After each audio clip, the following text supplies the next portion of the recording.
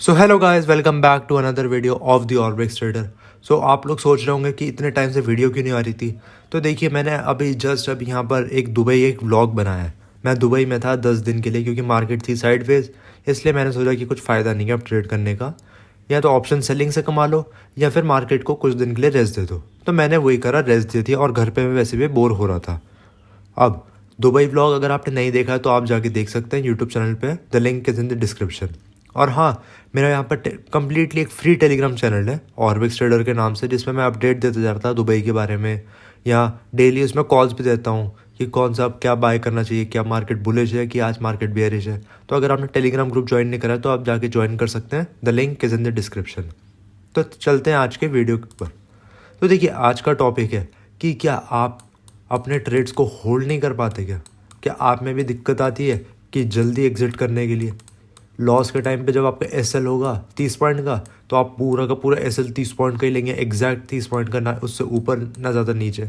और कभी कभार क्या आप एसएल को थोड़ा सा शिफ्ट भी कर देते हैं कि 30 पॉइंट का एसएल है, उसको कर दिया अब 40 पॉइंट का, फिर थोड़ा सा और शिफ्ट करके उसको कर दिया 50 पॉइंट का। तो अगर आपको ये दिक्कतें आ रही हैं, प्लस प्रॉफिट के टाइम पे 10 पॉइंट के प्रॉफिट में निकल के एग्जिट, 20 पॉइंट के प्रॉफिट में निकल के एग्जिट, जहां आपको होल्ड करना था 50 पॉइंट के लिए, 100 पॉइंट के लिए, 200 पॉइंट के लिए, वहाँ आप सिर्फ 10-20 पॉइंट में निकल जाते हो। क्यों? या तो मार्केट साइडवेज हो गई, या मार्केट बहुत स्लो बहुत स्लो चल रही है, तो आप उसमें फियर की वजह से, fear of losing the trade की वजह से आप इसमें छोटा सा प्रॉफिट बुक कर देते हैं। तो इसका क्या सोल्यूशन है और इसका क्या रीज़न है, आज हम उसके बारे में बात करने वाले हैं। तो चलते हैं वीडियो पर। तो सबसे पहले मैं आ रहा हूँ यहाँ पर ट्रेडिंग व्यू की वेबसाइट पर। तो आप जानते ही हैं कि मैं दुबई के उसमें था, दुबई में ट्रिप था मेरा 10 दिन का, इसलिए मैं ज़्यादा ट्रेड भी नहीं कर रहा था, वहीं से बस थोड़ी बहुत ऑप्शन सेलिंग कर रहा था, बस पूरा ट्रेड नहीं कर रहा था। अब मेरा मेन फोकस जो था कुछ दिनों से, दुबई से पहले भी और दुबई में भी, मैं गोल्ड में ट्रेड कर रहा था। XAU USD में गोल्ड में ट्रेड कर रहा था, क्योंकि ये 24 घंटे खुली रहती है, कभी भी ट्रेड कर सकते हैं, इसलिए मैं इसमें ट्रेड कर रहा था। अब आते हैं निफ्टी में। देखिए, आज ही की मैं अगर आपको बात दिखाऊँ, यहाँ पर बहुत सारे पैटर्न बनाते हैं। पहला तो यहाँ पर डब्ल्यू पैटर्न बना था, डब्ल्यू पैटर्न का ब्रेकआउट होकर रीटेस्ट, सॉरी एक सेकेंड, ब्रेकआउट यहाँ कहीं हुआ था, ब्रेकआउट होने के बाद यहाँ पर रीटेस्ट करने आया, फिर देखिए अपने ऊपर की यात्रा इसने कंटिन्यू रखी। और मैं जानता हूँ यहाँ पर कुछ लोगों ने यहाँ पर एक बाय पोजीशन बनाई भी होगी, स्टॉप लॉस रखा अपना यहाँ कहीं आसपास, टारगेट रखा होगा डे के हाई का, लेकिन मार्केट हुई यहाँ पर रेंज बाउंड।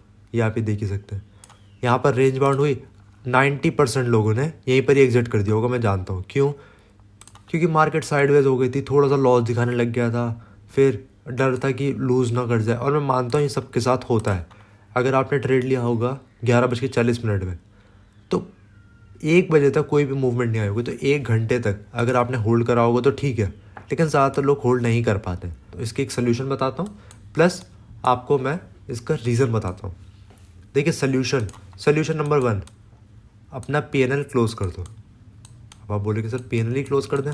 हाँ जी, मैंने आपकी पहले भी वीडियोस में भी बोला है, मैं अपने कोर्स में भी समझाता हूँ कि जब आप कोई भी ट्रेड ले लो ना, PNL को क्लोज कर दो। अब आप बोलेंगे सर फिर PNL दिखेगा कैसे?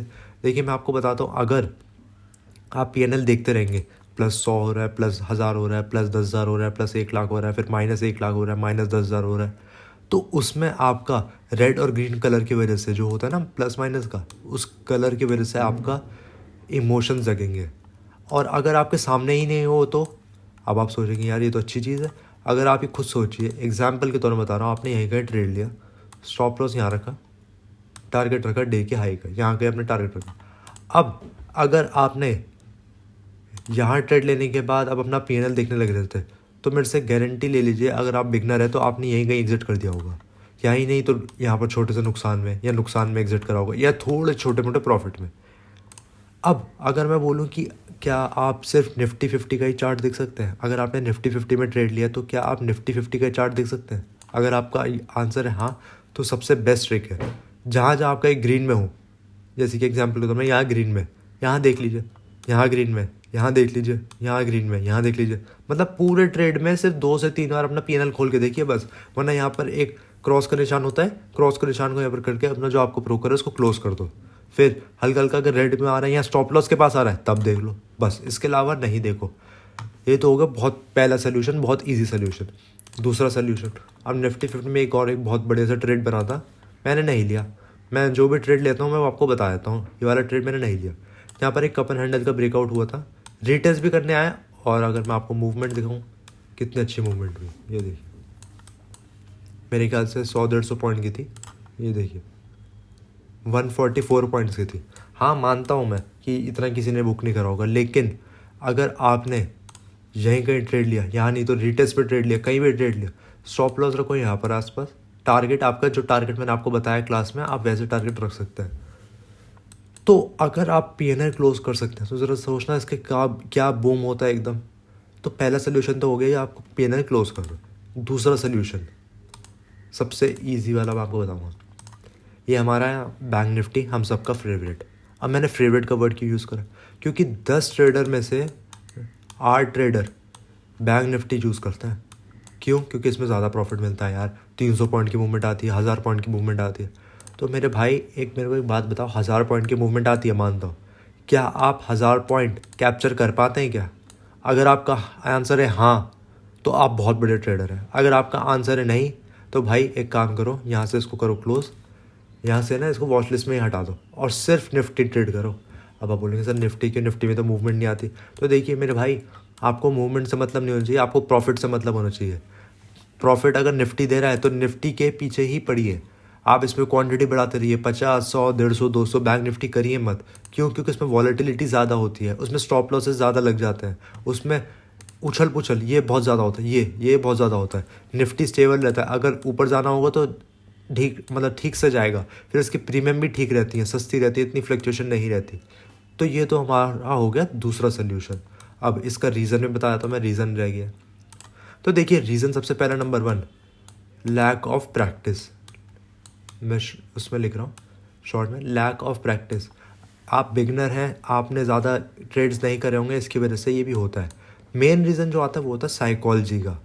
साइकोलॉजी क्या होती है? सोचने का तरीका।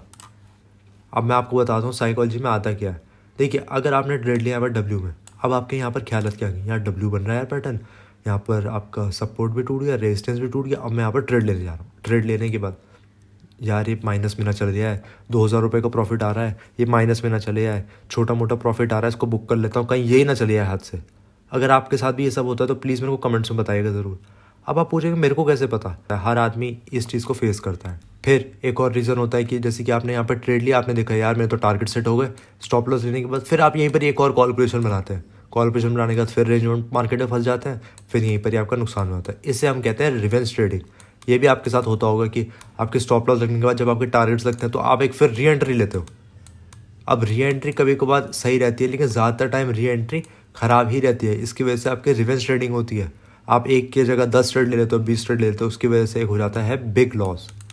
तो आपको रिवेंज ट्रेडिंग को भी कंट्रोल करना पड़ेगा, एक रूल बना लीजिए कि मैक्सिमम 1 से 2 ट्रेड आप ले सकते हैं। तो अगर आपने मेरा दुबई का व्लॉग नहीं देखा है तो आप जाके देख सकते हैं, मैं और डालने वाला हूँ। चैनल को सब्सक्राइब नहीं करा है तो सब्सक्राइब कर लीजिएगा, और अगर वीडियो पसंद आई है तो लाइक कर दिएगा, और कमेंट करना तो बिल्कुल मत भूलना। तो चलिए फ्रेंड्स, मिलते हैं हम लोग नेक्स्ट वीडियो में।